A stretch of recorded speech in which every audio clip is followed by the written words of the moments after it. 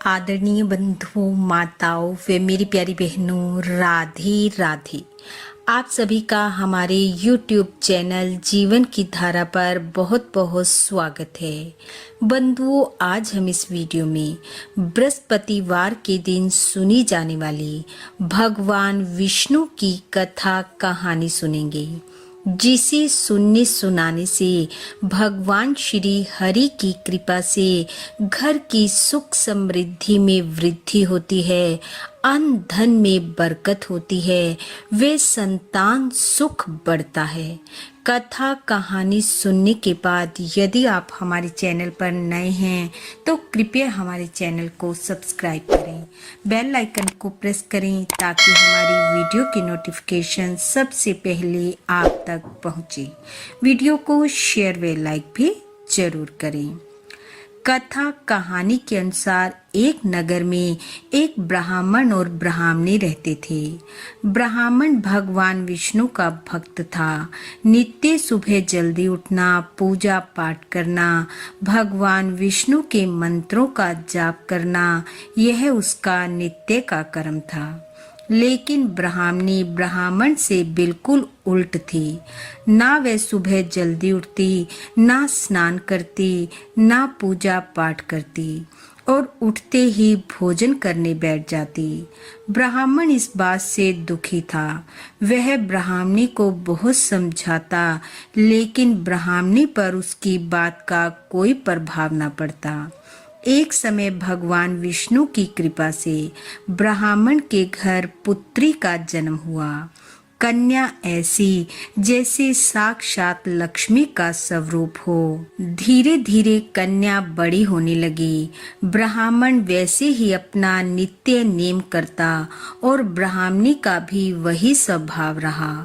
थोड़ा बड़ा होने पर वह कन्या भी अपने पिता की भांति भगवान विष्णु का पूजन करने लगी। उठते ही स्नान ध्यान कर विष्णु सहस्त्र नाम का पाठ करती। जब वह पाठशाला में पढ़ने जाती तो अपने साथ जौ के दाने ले जाती और उन्हें मार्ग में डालती जाती। जब वह पाठशाला से लौटती तो वह दाने स्वर्ण के हो जाते। वह उन्हें इकट्ठा कर अपने घर ले आती। धीरे धीरे उस कन्या के प्रभाव से ब्राह्मण के घर सुख समृद्धि का वास हो गया। एक दिन वह सोने के जौ को फटक कर साफ कर रही थी। उसके पिता ने कहा, बेटी, सोने के जौ को फटकने के लिए सोने का सूप होना चाहिए। लड़की के मन में ये बात बैठ गई। अगले दिन बृहस्पतिवार था। लड़की उठी, स्नान ध्यान कर भगवान विष्णु का पाठ किया और भगवान श्री हरि से प्रार्थना की कि अगर मैंने आपकी पूजा सच्चे मन से की है तो मुझे सोने का सूप दे दो। पाठशाला से वापस आते हुए उसे सोने का सूप मिला, जिसे वह घर ले आई। एक दिन वह फिर से सोने के सूप में सोने के जौ फटक रही थी। उसी समय नगर के राजा का पुत्र वहां से होकर गुजरा। उस लड़की के कार्य और रूप को देखकर उस पर मोहित हो गया और घर आकर अन्न जल का त्याग कर पड़ा रहा। जब राजा को इस बात का पता चला तो वह राजकुमार के पास आया और बोला, बेटा, क्या बात है? किसी ने तुम्हें कुछ कहा है? तुम क्या चाहते हो, बताओ। तुम्हारी नाराजगी का क्या कारण है? राजकुमार बोला, मुझे किसी ने कुछ नहीं कहा। मैं उस कन्या के साथ विवाह करना चाहता हूँ जो सोने के सूप में सोने के जौ साफ कर रही थी। राजा ने कहा, बेटा, इस तरह की कन्या का पता तुम ही बताओ, मैं अवश्य उसके साथ तुम्हारा विवाह कर दूंगा।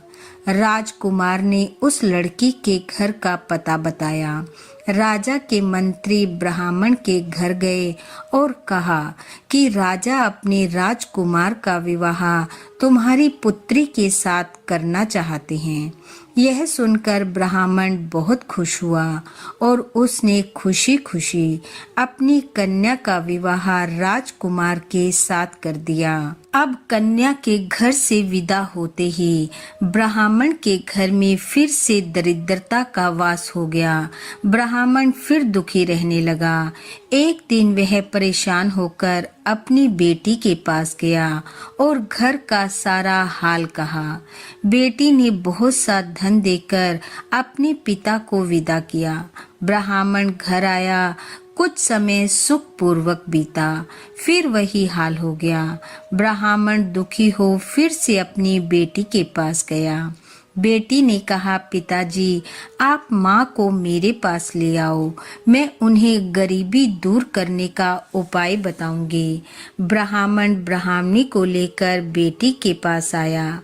बेटी ने अपनी माँ को समझाया, माँ कल बृहस्पतिवार है, सुबह जल्दी उठना, स्नान कर भगवान विष्णु की पूजा करना, विष्णु सहस्त्र नाम का पाठ करना, कथा कहानी सुनना। भगवान की कृपा से सब ठीक हो जाएगा। पर उसकी माँ ने बेटी की एक भी बात न मानी। सुबह उठते ही अपनी बेटी के बच्चों की जूठन को खा लिया। इस बात पर बेटी को बड़ा क्रोध आया। अगला बृहस्पतिवार आने पर उसने एक रात पहले अपनी माँ को एक कमरे में बंद कर दिया। सुबह उठकर सबसे पहले अपनी माँ को स्नान करवा, भगवान विष्णु की पूजा पाठ करवाई, कथा सुनाई, फिर भोजन करवाया। धीरे धीरे उसकी माँ की बुद्धि ठीक होने लगी। वह ब्राह्मण के साथ अपने घर लौट आई और फिर नियम पूर्वक भगवान विष्णु की पूजा करने लगी, कथा श्रवण करने लगी और भगवान श्री हरि की कृपा से उसके घर भी सुख समृद्धि का वास हुआ। पुत्र रतन की प्राप्ति हुई और वे दोनों इस लोक के सुखों को भोगकर विष्णु लोक को गए। हे भगवान श्री हरि, जैसे आपने ब्राह्मण ब्राह्मणी और उनकी बेटी पर कृपा की, वैसी सब पर करना। इस कथा कहानी को सुनने वाले सुनाने वाले सब पर अपनी कृपा बरसाना, सबके घर सुख समृद्धि के भंडार भरना, संतान सुख देना।